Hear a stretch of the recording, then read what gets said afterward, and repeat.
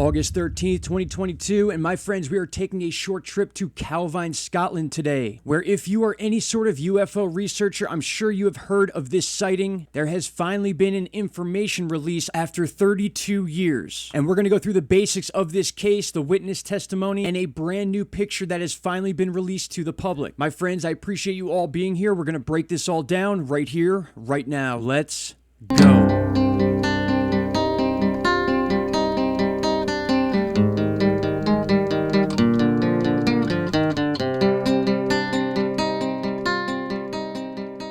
Almost 32 years to the day after one of the most fascinating British UFO cases to ever take place, a single image has been released to the public that for many years researchers either said did not exist or in some cases was even too much for the public to handle. The CALVINE UFO sighting has been analyzed, scrutinized, and ripped apart in many ways since that August day of 1990, where on a remote Scottish hillside during the evening hours or around 9 p.m., two men near CALVINE, a small hamlet situated just off the main A9 road some 35 miles northwest of Perth in Scotland, managed to take 6 color photographs of a large diamond-shaped craft. They watched as it hovered close to their position for over 10 minutes. It is then said that this object took off vertically at a very high rate of speed, and when these two men were giving their witness testimony about what they saw, they also report seeing RAF jets in the vicinity of the object making low-level passes in that area at the same time. Now, according to these two men, they don't know if these jets were accompanying this object or if they just happened to be at the same place at the same time. This is all coming from an article written on August 12th by Vinnie Adams, posted by the UAP Media UK.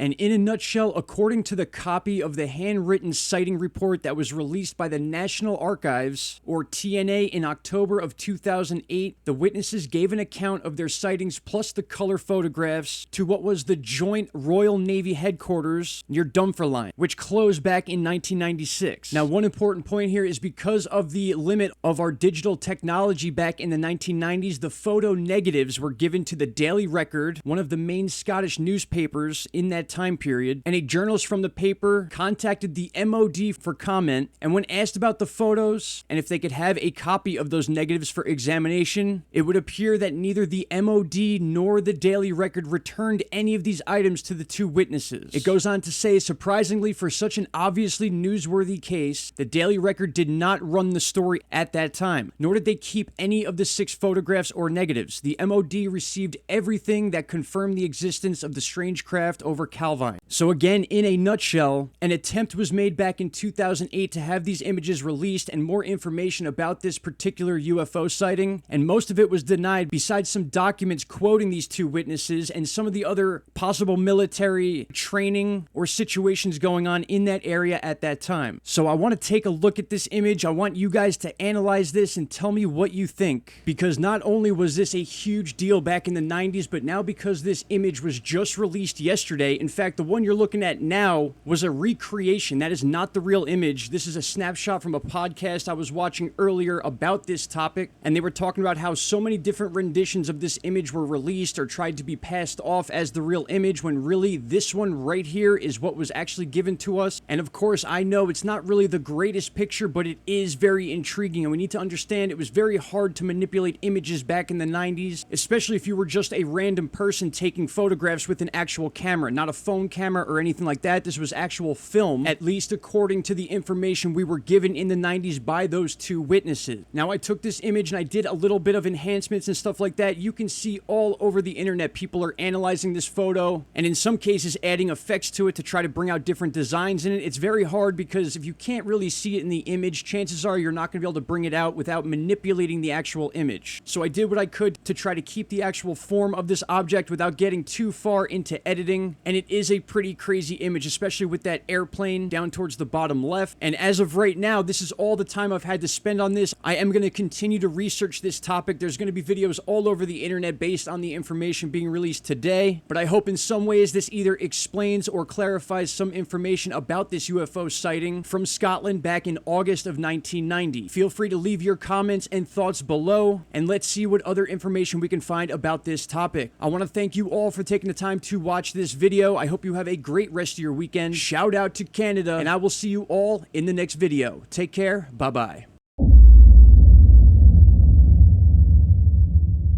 Stop right there, my friends. If you have not already, click that subscribe button and don't forget to hit the bell icon. Click all and you will get all notifications from this channel. And trust me, you won't be disappointed.